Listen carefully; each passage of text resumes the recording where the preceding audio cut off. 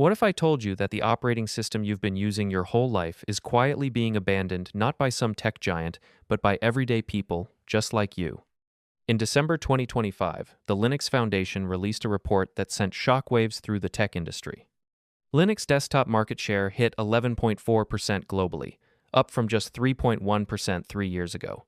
That's a 268% increase in a little over 3 years. But here's the part that really matters. Where are these new Linux users coming from?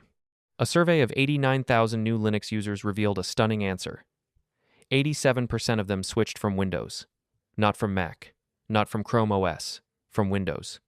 Microsoft is not losing users to expensive Apple hardware. It is losing users to free software.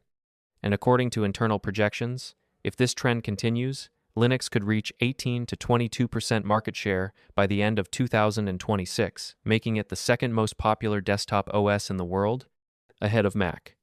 The year of the Linux desktop, a joke for over 2 decades, may actually be happening, and ironically, Windows 11 made it happen. Let's be real. Windows 11 feels less like an upgrade and more like Microsoft slowly turning your own computer against you. The Start menu now shows ads. The Settings app has ads. File Explorer pushes cloud storage. There are forced Microsoft account sign-ins just to complete basic setup. And then there's the Recall feature, a tool that periodically takes screenshots of everything you do on your computer, without your permission, without a clear opt-out. On top of all that, Microsoft announced the end of free security updates for Windows 10, pushing millions of users toward hardware they don't want to upgrade, or toward an operating system full of surveillance and pop-ups they never asked for. People aren't just annoyed, they're done. The migration found its unexpected spark through gaming. Valve's Steam Deck, a handheld gaming device running Linux, sold over 6 million units by mid-2025.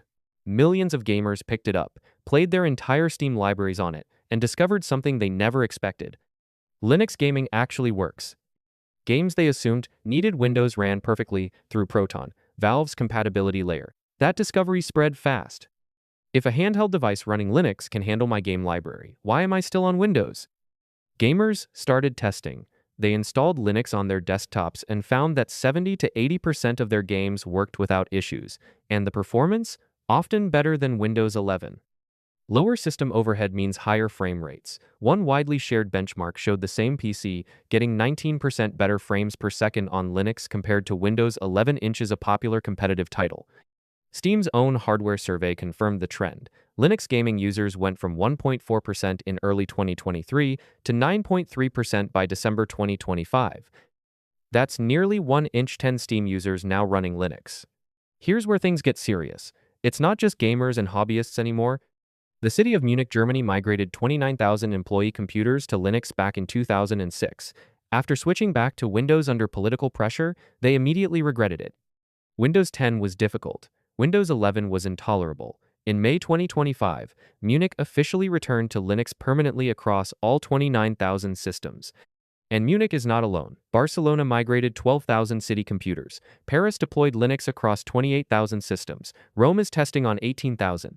Amsterdam is piloting on 8,000. European cities are independently arriving at the same conclusion. Linux costs less, performs better, and doesn't spy on users. Major corporations are following.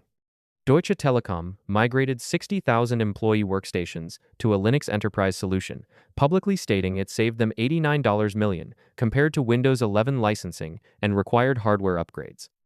Other European tech and manufacturing giants are running large-scale pilots with tens of thousands of workstations. When manufacturing companies start moving to Linux, the paradigm has shifted. Here's what most people still get wrong. They think Linux is complicated, that you need to be a programmer to use it. That was true 5 years ago. It is not true today. Modern Linux distributions are clean, fast, and easy to install. The setup process is simpler and faster than Windows 11. Wi-Fi, Bluetooth, printers, and graphics work right out of the box. There's no bloatware, no forced account sign-ins, no ads in the file manager. The application gap has also closed significantly. Most business tools today, Gmail, Slack, Zoom, Google Docs, are web-based and work identically on any browser, on any operating system. Free and open-source Office suites handle most document needs. And in one documented corporate case, switching saved $1.2 million over 3 years in software licensing alone. Creative professionals have access to powerful video editing, image editing, 3D design, and illustration tools, all running natively on Linux. One more force accelerating this shift: YouTube tutorials. Step-by-step migration guides for switching from Windows to Linux have accumulated tens of millions of views. Beginners are learning that switching is possible and often easier than expected. Comment sections are filled with people saying they switched successfully. The knowledge barrier that kept Linux in the hands of experts for decades is gone. Anyone with a spare afternoon and an internet connection can now learn to switch operating systems. And millions are doing exactly that. Here's what the numbers actually mean for the future. Right now, Linux at 11.4% and growing fast, Windows at 58.2% and declining. The trajectory is clear. When Linux crosses the 15 to 18% threshold, software developers can no longer afford to ignore it. Hardware manufacturers will optimize for it. At that point, Linux stops being the alternative, it becomes the mainstream, and Windows becomes the legacy system. Microsoft's challenge is unprecedented. You cannot compete with free. You cannot outpace community-driven support. You cannot retain users who have already discovered that their computer works better without your software on it. The people who switch to Linux are not going back. They've found something faster, more stable, and more respectful of their time, their hardware, and their privacy. The Linux migration is no longer a niche conversation. It is a global movement powered by frustrated Windows users, accessible tutorials, improving software, and real-world proof that the switch works. If you're curious about Linux, now is genuinely the best time to try it. Drop a comment below. Are you still on Windows, or have you already made the switch?